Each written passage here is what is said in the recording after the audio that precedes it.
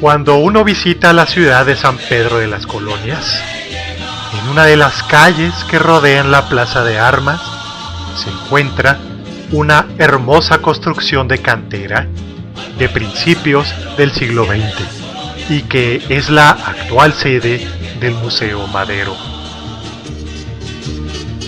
Su interior nos ofrece una perspectiva sobre los personajes y sucesos más destacados de la época revolucionaria. Residencia ideal para el hombre que fue el más rico de la región lagunera. Pero eso sería desconocer la personalidad de Francisco Madero. La verdadera residencia que habitó en San Pedro el hombre que terminó con 30 años de pornerismo está a unos cuantos metros de la suntuosa casa de cantera y que hoy es la Casa de la Cultura de la ciudad. En esta sencilla construcción, Francisco pasó su vida de soltero y de casado con total austeridad.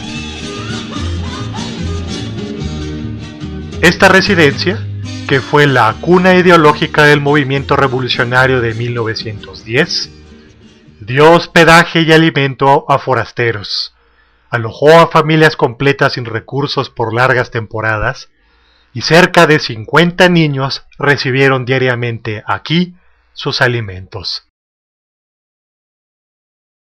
En 1896 era muy común ver al joven Madero recetar medicamentos homeopáticos, práctica aprendida de su padre y de su tío Catarino Benavides, para curar las dolencias de sus trabajadores, quienes vivían en sus propiedades en condiciones higiénicas y con buenos salarios.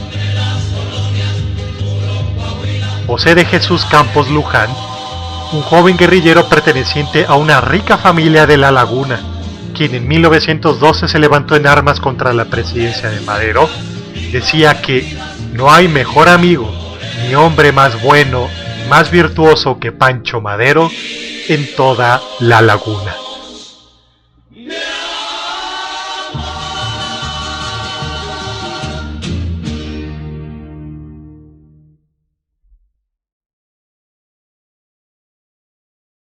Pero, ¿cómo era Francisco I. Madero?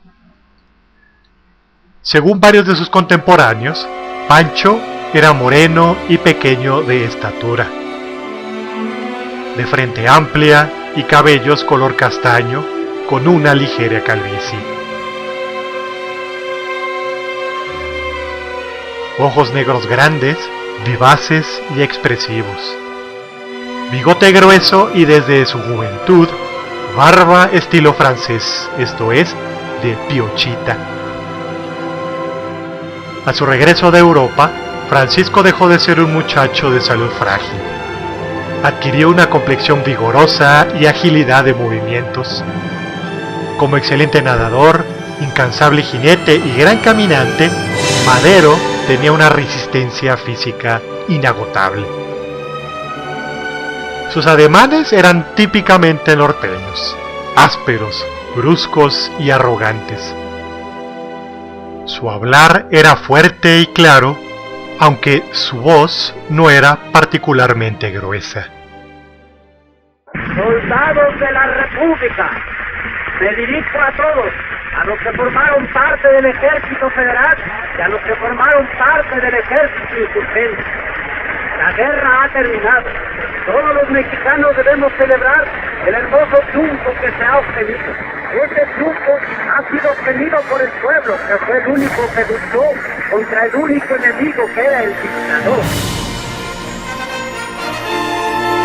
Su temperamento era nervioso, padecía de hipertensión, levantaba el hombro izquierdo como un tic nervioso y padecía de migrañas que lo recluían en un cuarto oscuro.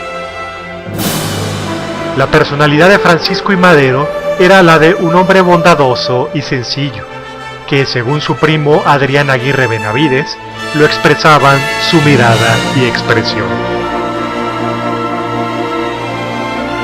Madero tenía buen humor con todas las personas, especialmente con los humildes y con la sonrisa a flor de labio.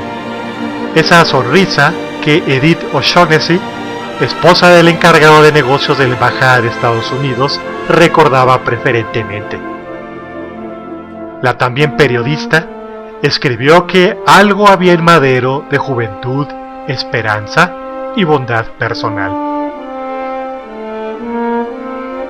En San Pedro de las Colonias usaba trajes blancos o pantalones ajustados y camisolas. Se bañaba 2 veces al día en época de calor y usaba sombrero charro o su casco favorito, el Sarkov.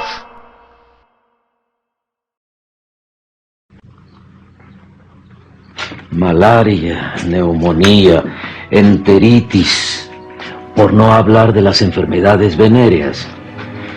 Esta pobre gente lo padece todo, Gustavo. Pero tú no eres médico, Pancho.